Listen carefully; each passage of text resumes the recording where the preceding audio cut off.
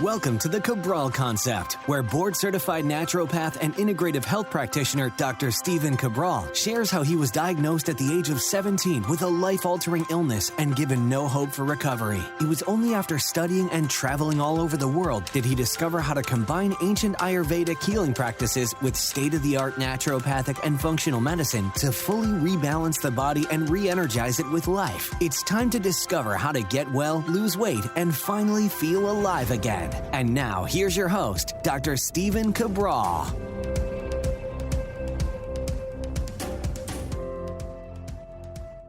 Thank you, everybody, for tuning into today's Cabral Concept. Looking forward to getting into what I hope will be a great topic of the day. We are going to be talking about intermittent fasting, and that is deciding on the best twice-a-week fasting schedule for you.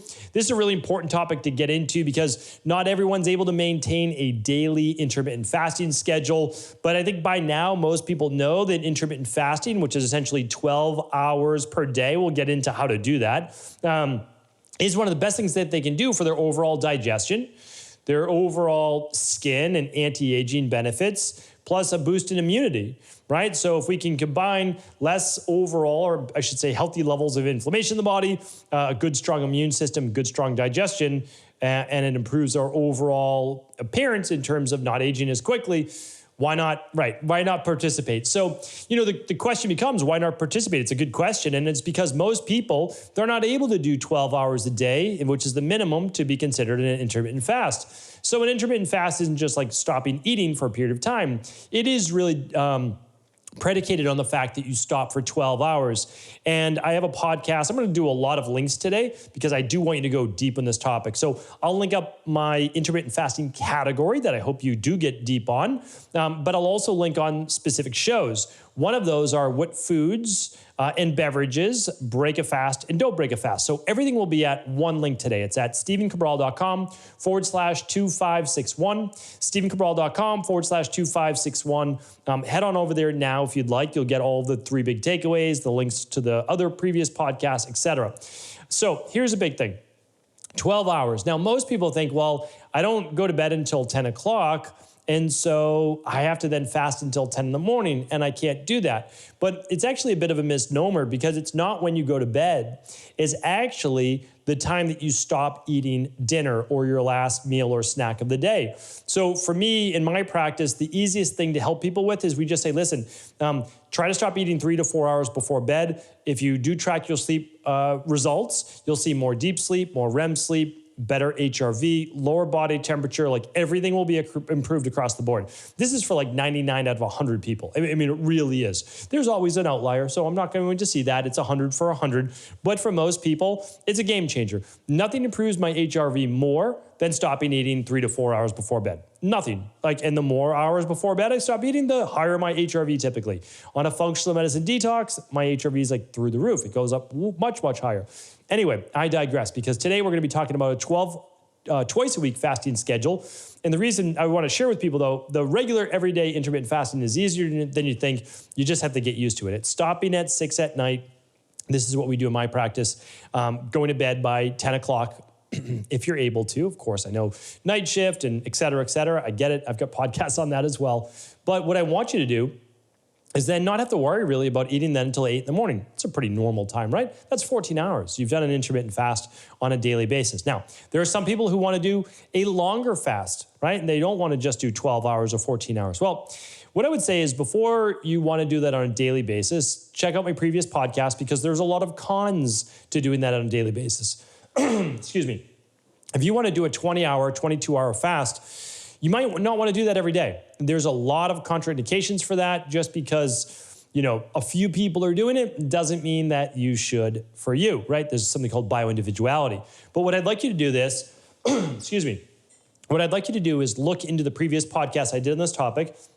But more importantly than that, let's start out with twice a week, right? So let's look at this because you may never need to do a longer fast than more than twice a week. I do it one long fast a week right now. I'll share with you that. I call it my 1-day reset diet. I'll link up to that podcast as well. Free PDF to it, everything, whatever you need, it's right there.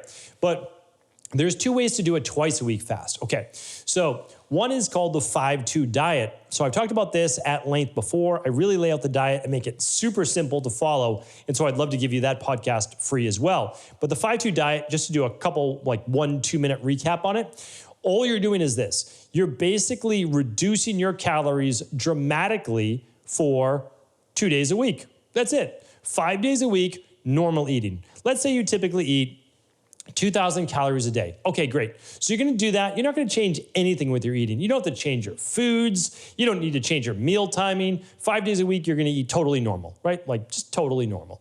And then twice a week though, and again, on the 5-2 diet, so you can actually change your foods and it is recommended, but you don't have to. And that's because you're just going to reduce your calories to anywhere between 400 and 800 calories a day, twice a week.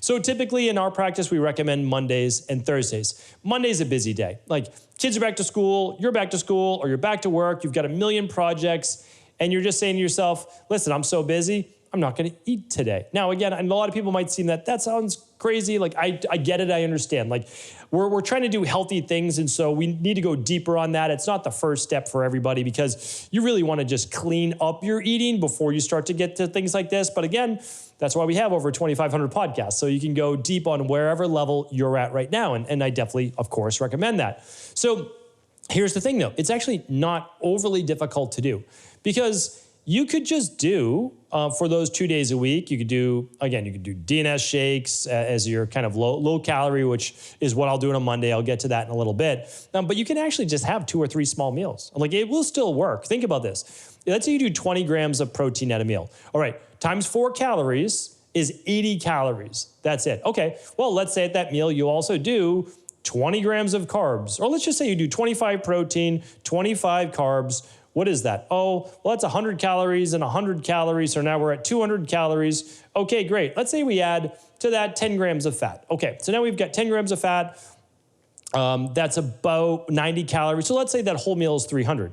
Okay, well, you could do 2 of those meals twice a day.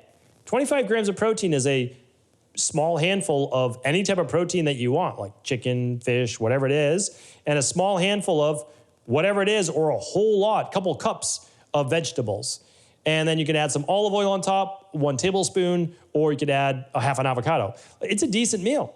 And do that twice a day, and it's only 600 calories. So again, like that's the down day on the 5-2. I go much more in depth on another show, so I don't want to turn this into the 5-2 diet. So simply sharing with you, you could just say, okay, well, maybe I will fast until 10 a.m. and then I'll have kind of like an in-between breakfast and lunch. And that for me, it could be 16 hours, right? So for me, 10 a.m. would be 16 hours. And then let's say then you have just normal dinner at 5 o'clock, 5:30 at night. Well, easy, right? So like you could do that. That's possible. Not maybe the simplest thing compared to what you're eating now, but certainly not difficult to implement. And then you've got 2 down days of low caloric intake. You might extend the fast on those days, just like I spoke about, not having your lunch until maybe 10 a.m., your breakfast lunch, or go to 12 if you want on those days, as long as it's not affecting your thyroid levels, your hormone levels, your cortisol levels, stress levels, glucose levels, et cetera. Again, that's why you have to be careful who is told to fast until lunch, because I don't think it's the right thing to do for most people or everybody in general. But again, I digress. I always revert back to lab testing to share with you again on the Stress, Mood, and Metabolism Lab. Is it right for you? Again, I don't have to guess. We run labs, and then that's how we know. So if you want to run the lab yourself, you can do that. You can go to stevencabral.com/labs and just click on the Stress, Mood, and Metabolism Lab. You don't have to work with us over at Equilife. You can go to integrativehealthpractitioner.org and work with a level 2 practitioner anywhere in the world. You can also do that. Okay, so that's that with that. So we got the 5-2. You could do that on a Monday and a Thursday, 3 meals or 2 meals, and just make them small. Keep your calories under 800. And now, for all intents and purposes, that will help with overall healthy levels of inflation, weight loss if you're looking for it, etc. Right? Okay. So now the other one to do though is a true fast, and it's done twice a week. So I always like to give credit where credit's due. I learned this back in, it's crazy, but it was like 2007, 2008, before anybody was talking about fasting. Like really before it was, no, I mean, way before it was mainstream. Let's say like fasting became mainstream more in like, I don't know, what would the date be? 2016, 2015, 2016, started to get a little bit more popular. And then certainly 2018, 2019. And then let's say 2021, very popular. And most people know about it now, right? So, okay. Back in the day though, Brad Pilon wrote a book called Eat, Stop, Eat. It was basically eat your normal diet, whatever you want, nothing crazy. Like you can follow a nutrition plan, like healthy nutrition, healthy nutritious foods or not. And you would basically though just not eat twice a week. So you would not eat on a Monday and not eat on a Thursday. You just wouldn't eat. You would just drink water.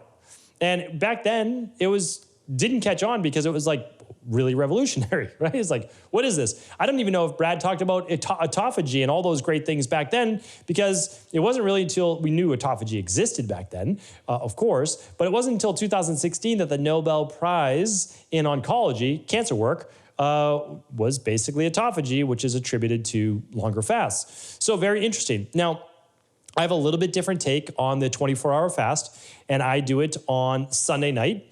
And then I go until Monday night. So I stop dinner at 6 p.m. on Sunday. So we basically have a hard stop because I like to get in that longer fast. So usually like 5:30 is we'll do our earlier dinner right on Sunday night. And then what we do, or what I do, is I don't eat until then, 5:36 on Monday night. So I do a full 24 hours. Now, sometimes I do my one-day reset diet, which is just basically the daily nutritional support powder, breakfast, lunch, mid-afternoon, if I want detox, cofactors, and fuel. It's very little. We're talking about a scoop in each. Maybe that's 50, 60 calories. It's coming predominantly from plant-based protein, almost no carbs, almost no fat. So it's in and out of the system really quickly. Doesn't really knock you out of autophagy for very much time at all, because we're talking about 7.5 grams of protein, maybe like 1 carb, 2 carbs maximum, and it's got the fiber to offset it, so it's like net zero. And then you've got maybe a 0.5 gram to 1 gram of fat. So it's almost nothing. But what it does, it gives you the vitamins, minerals, electrolytes, detox cofactors like bromophane and glutathione. And then it gives you 20 ounces, like you mix it with 20 ounces of water, so you get lots of hydration. So anyway, I do that, or I will do straight water, or I will do like herbal tea. That's it throughout the day. That is one way to do it. And I still go 24 hours, even though I eat dinner every single night, even that Monday night with my family. One is, I love having dinner with my family. It's our time to sit down. We'll sometimes play like a board game, like a card game, but it's not, it's not like Texas Hold'em with my 2 daughters that are 8 years old, 10 years old. It's more like the games I've chatted about before, like a Better Me or a Totem, or, a lot of fun, like family interaction, talk games, building relationships. They're beautiful games. I've done many reviews on them in the past. I will have more reviews as well about upcoming just great family games to play, or relationship couple games. You learn a lot about family members that way, their wants, their needs, their desires, their fears. And so really, really great. But anyway, that's a topic for a different show. Our Friday reviews are what we go over for product reviews. So the thing is, though, the only time I don't have dinner with my family, of course, if I'm traveling, is on my every 12-week functional medicine detox for those 2 days. And again, like that, but then I'm also teaching them at the same time, hey, I'm having a shaker dinner right now because here's what I'm doing. We don't do this as a child, but we do it as an adult. And here's why we do it as an adult. And I go through the rain barrel effect and the accumulation over time, and they get it. And they just, to them, it's normal now because they've seen me do it since they were born, right? Because I was doing this before my oldest daughter was born. So the thing is, though, this is not complicated. And I don't want you to think intermittent fasting has to be complicated. And it's not even difficult. So the way that it's always difficult is in our mind. We tend to get a little bit hungry. And so we're like, we need to eat, but we don't need to eat. Like, we're going to be okay. Unless you are a diabetic or dealing with reactive hypoglycemia or something like that, that's a different story. If you have a medical condition, well, then of course, you should always talk with your medical doctor, right? So I'm not saying that whatsoever. So that's what I'm saying. 99 out of 100 people, it's probably okay for. So, but again, I can't give you medical advice, medical cures, medical treatment plans, or medical diagnosis on a podcast. That's not how it works, nor would I give you that in regular life as well. So this is an easy way to do it. And before you ever think about a Monday and Thursday or a Wednesday and Friday, like Wednesday and Saturday, however you want to do it, you just start with 1 day a week. So you can do a 6-1 instead of a 5-2, right? For the up and down diet, that's the low calories one day. And then you're like, oh, that wasn't so bad. And I pushed lunch. I pushed my first meal after lunch. Oh, that wasn't so bad for that day. Maybe I could go one day.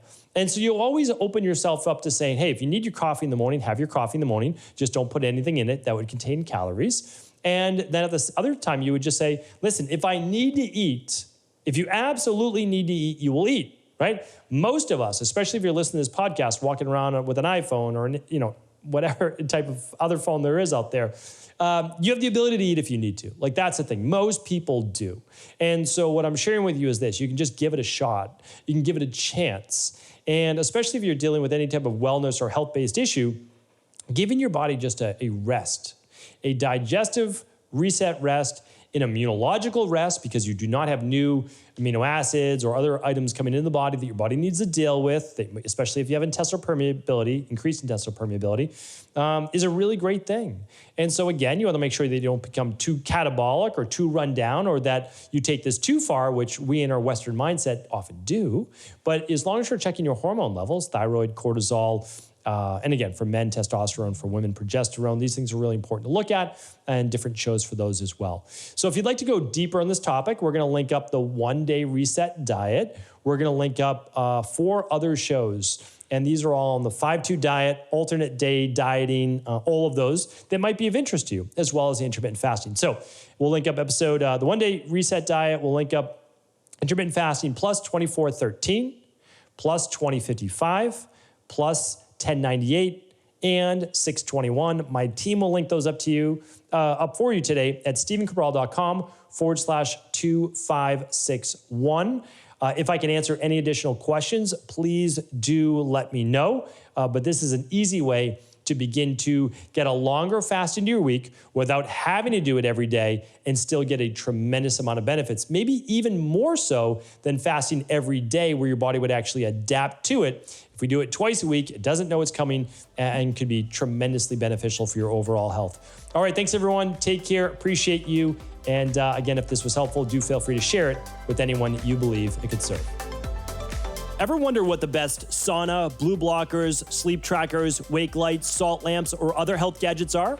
Or what about the top non-toxic mattresses, sheets, soaps, bath products, toothpaste, and cookware? Or would you like to know the cleanest choices for hemp parts, meal delivery services, supplements, and much more? I personally curated, researched, and now created a resource page of all of my top picks that continues to grow each week. These are the exact products I use in my own life, with my family, in my private practice, and they're the ones I trust. To find out all of my up-to-date recommendations and all the details, simply head on over to stephencabral.com/resources.